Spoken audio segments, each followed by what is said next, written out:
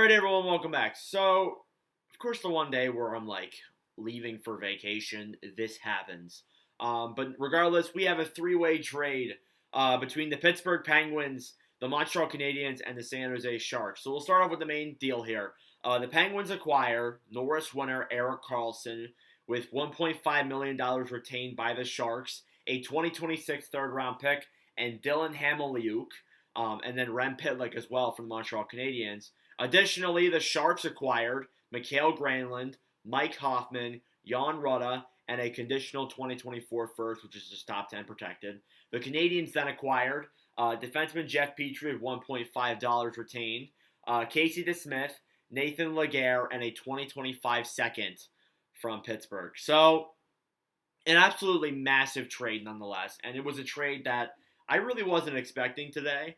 And honestly, like it's a pretty big one because it means a lot for Pittsburgh, and it really shows that they're making this trade kind of just to signify that this is going to be their last run, nonetheless. And the Penguins actually got younger in this deal, and statistically, they saved $3 million in cap space. So the naysayers who were saying that this is a bad deal for Pittsburgh and such, and how they were taking in more money and they got older. Not really necessarily. A lot of the players that they traded away were actually older than Erik Karlsson is.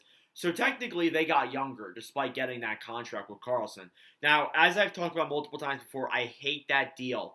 I hate the contract that Karlsson has signed in San Jose. But you got to live with it. And I mean, they pretty much got him at full price, if we're being honest, because they had to retain Jeff Petrie for the same amount the Sharks did of Erik Karlsson. And yeah, I don't hate it. We'll see how he does in Pittsburgh. I know people are saying that he's not going to do well in Pittsburgh at all. I was kind of on that boat for a while, but of course we'll find out what happens. We really will find out what happens there with Pittsburgh. As it goes for San Jose's end, they did well in this trade, I'm going to be honest, but they probably were the worst of the three teams, but their hands were tied. They really didn't have a lot of options here.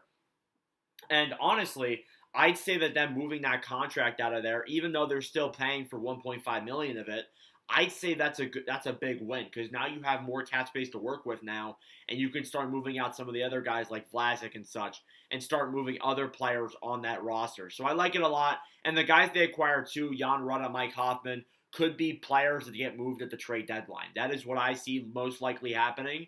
So definitely, I think it's a good deal overall. For San Jose's end. Montreal's end, they get some solid assets. It's kind of the same situation as San Jose. Like, they'll get guys that they can move. So really, don't hate the trade too much. It's a big deal nonetheless. Let me know your thoughts down below. Thank you all for watching. If you enjoy, make sure you like, subscribe, and all. I greatly appreciate it. Subscribe if you're new, and I will see you guys in the next video. Adios.